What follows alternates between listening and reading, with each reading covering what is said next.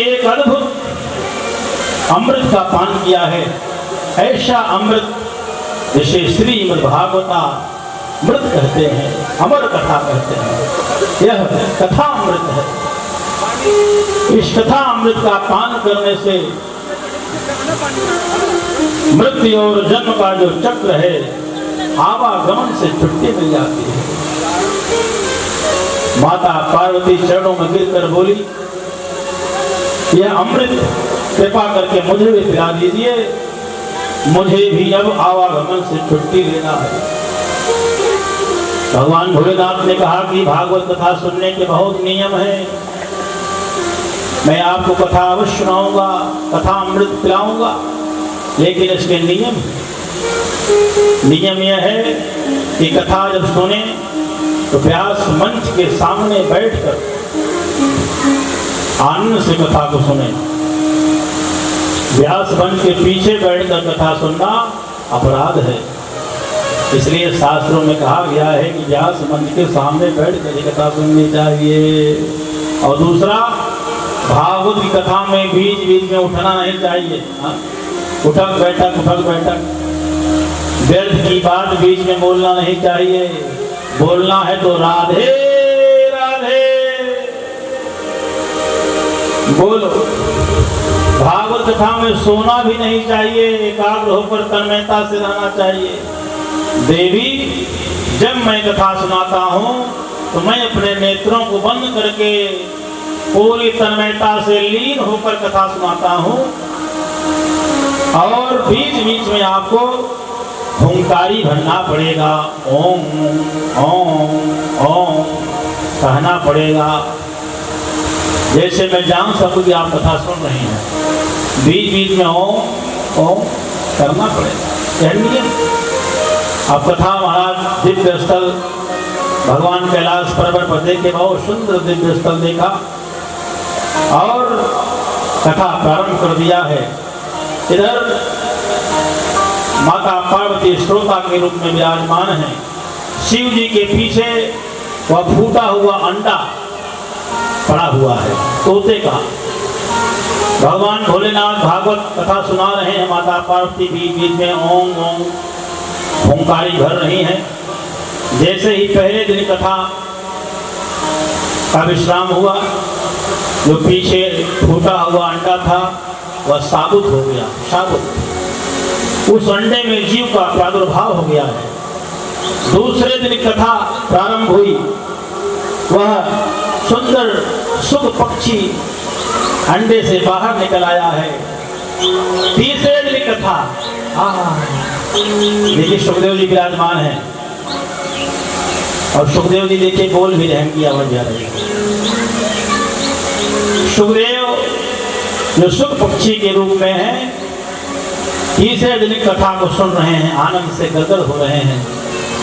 अब तो भागवत में चौथे दिन कथा आई महाराज। चौथे दिन कथा जब आई तो रसगुल्ले की कथा होती है, क्योंकि उस दिन हमारे श्री कृष्ण का जन्म महोत्सव मनाया जाता है, उनका प्राकट्य उत्सव मनाया जाता है। सठौरा उसमें बढ़ता है, अनेक प्रकार के व्यंजन बढ़ते हैं, रसगुल्ला बढ़ता है।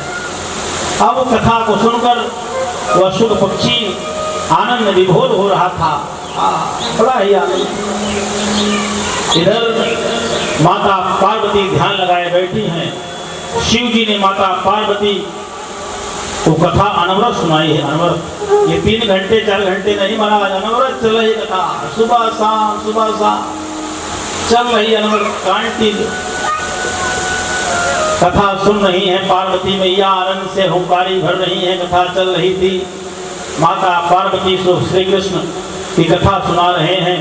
भगवान शिव जी व पक्षी भी बैठकर सुन रहा है आनंद से। भगवान शंकर ने कहा कि देवी पार्वती, जब श्री उद्धव जी को पता चला कि श्री कृष्ण अपने लीला को समाप्त करके जाना चाहते हैं, तो उद्धव ने आकर कृष्ण के चरणों में प्रणाम किया। योगेश योग विन्यास, आप योग के स्वामी हैं, योग के अधीश्वर हैं, योगेश्वर हैं। बताइए त्याग क्या है, वैराग क्या है, संन्यास क्या है। सुनते सुनते माता पार्वती को निद्रा देवी ने घेर लिया। 5 दिन से सुन रही थी, शरीर में कभी कभी थकान भी हो जाती है। माता पार्वती को झपकी आ गई और सो गई माँ। लेकिन हमारे भूत भावन भोलेनाथ नेत्र को बंद करके कथा सुना रहे हैं। अब इधर पीछे सुख पक्षी बैठा है, देख रहा है कि मैया को नींद आ गई तो हुंकारी कौन भरेगा। अगर हुंकारी कोई नहीं भरेगा तो कथा यहीं पर विश्राम ले लेगी। उस शुक पक्षी ने माता पार्वती की आवाज में ही हुंकारी भरना शुरू कर दिया। ओम ओम ओम हुंकारी भर रहा है। भगवान भूत भावन कथा सुना रहे हैं, आनंद से सुना रहे हैं, आनंद से। और जैसे ही कथा विश्राम हुआ, जोरदार जयकारा, बोलिए श्री बालकृष्ण लाल की। जैसे ही जयकारा लगा, माता पार्वती की नींद खुल गई। हाँ हाँ, तो श्री कृष्ण उद्धव से क्या कह रहे थे? क्या कह रहे थे?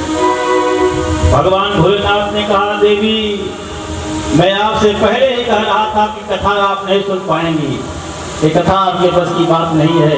अब आपको आवागमन से छुट्टी नहीं मिलेगी, आना जाना पड़ेगा। ये मुंडम की माला और बड़ी होगी, ये आपके बस की बात नहीं है। मुझे थोड़ा सा झटकी लग गई। ओह, मैं कहा था कथा का नियम है, अब तो कथा जो है खंडित हो गई। अच्छा, ये हुंकारी कौन भर रहा था? जब आप सो गई तो भी ये आपकी आवाज में कौन बोल रहा था? भगवान भूत भावन भोले ने देखा, पीछे शुक पक्षी बैठा है। इसने कथा सुनी, कोई बात नहीं, कथा सुनना चाहिए, लेकिन इसने नियम से कथा नहीं सुनी है, या व्यास वंश के पीछे बैठ कर कथा सुनी है।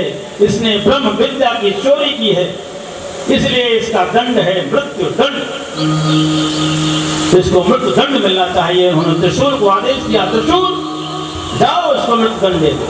अब सुख पक्षी महाराज उड़ पड़ा है, कथा सुना है, और भी उड़ता उड़ता उड़ता उड़ता पीछे त्रिशूल दौड़ाया हुआ है। अब महाराज दौड़ पड़ा कैलाश पर्वत से, उड़ता उड़ता हुआ पक्षी कैलाश से नीचे उतर कर आता है, नीचे पड़ता है बद्रीनाथ। बद्रीनाथ धाम में भगवान वेद व्यास जी वास करते हैं। उनकी कुटिया का नाम है सम्याप्रास। उनकी श्रीमती धर्मपत्नी बिटका देवी,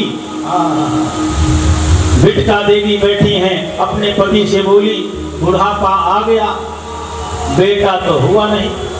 व्यास जी बोले, सब भगवान कल्याण करेंगे, चिंता न करो। ऐसा व्यास जी की पत्नी विचार कर रही थी, उनको जोर से जम्हाई आती है, और जैसे ही जम्हाई आई, मुंह खोला, वर्णन सा सुख पक्षी उनके मुख से प्रवेश करके सीधे उनके गर्भ में चला गया। बोलिए सुखदेव महाराज की जय हो।